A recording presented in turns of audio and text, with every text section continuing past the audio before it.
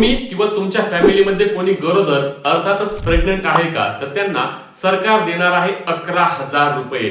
ऐकलंय ते 100% खरं आहे. मग या योजनेसाठी अर्ज कसा करायचा, पात्रता काय, कागदपत्र कोणती लागणार, सर्व सविस्तर माहिती रील मध्ये घेऊया. त्यामुळे रील शेअर करायला आणि अशाच कामाच्या माहितीसाठी आपल्या पेजला फॉलो आणि चॅनलला सबस्क्राईब करायला विसरू नका. नमस्कार मित्रांनो, मी विराज. तर या योजनेचे नाव आहे प्रधानमंत्री मातृवंदना योजना आणि या योजनेमध्ये गरोदर महिलांना 11,000 रुपये. आता 11,000 रुपये कसे, तर लक्षात घ्या.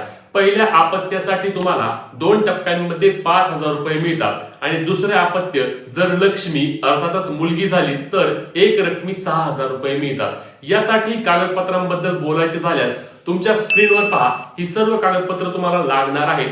ही कागदपत्र घेऊन तुम्हाला काय करायचं आहे, तर तुम्हाला तुमच्या अंगणवाडी सेविकांकडे जायचं आहे आणि या योजनेसाठी तुमचा अर्ज भरून घ्यायचा आहे.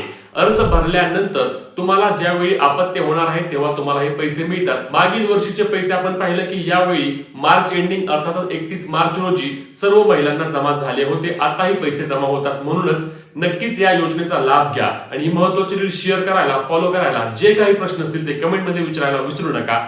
जय महाराष्ट्र.